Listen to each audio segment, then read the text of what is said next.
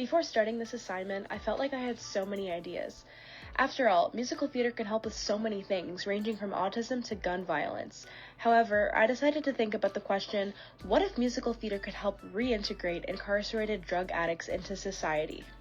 After conducting a bunch of research, it seems like the majority of inmates in prison have substance use issues that related to their sentence, and percentages of recidivism seem to be a common problem.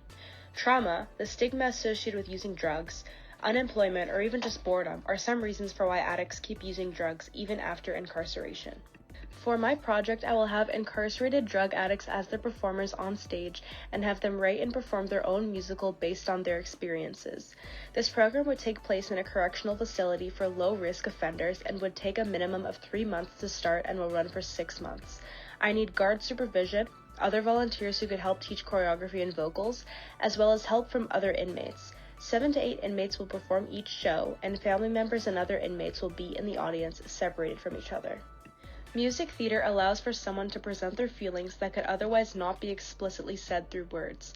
It provides a sense of community and belonging, which can make them feel like they're not alone and meet others who struggle with something similar.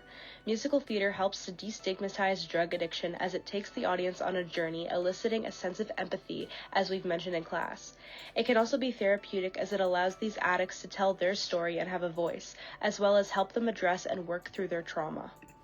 There are a few places where I could receive funding for this project, including the Government of Canada, providing funding for programs for young people who are in conflict with the law, CORCAN, who helps to integrate offenders into society, Canada Grant Watch, and government funding for the overrepresentation of Indigenous peoples in the criminal justice system. My program is pretty low budget as I help to use volunteers and inmates to help, and I found a company called Joe's Mill which lends musical instruments for free to people in need. Costumes will be thrifted and cost $2 to $40 per piece.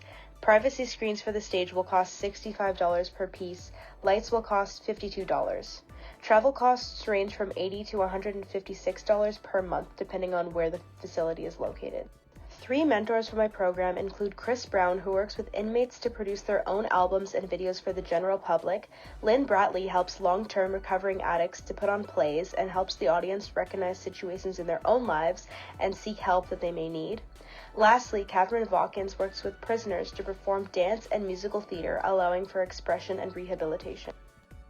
Not everyone is open to facing their trauma, so I would need the wardens to promote this project throughout the facility. Just being in the audience can also be beneficial.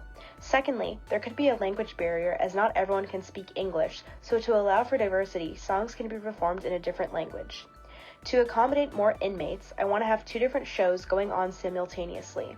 Fourth, many inmates can be unreliable, so I need to implement a 2 strikes and then you're out system to give others an opportunity. Once these inmates finish their sentences, they will become a member of our community once again.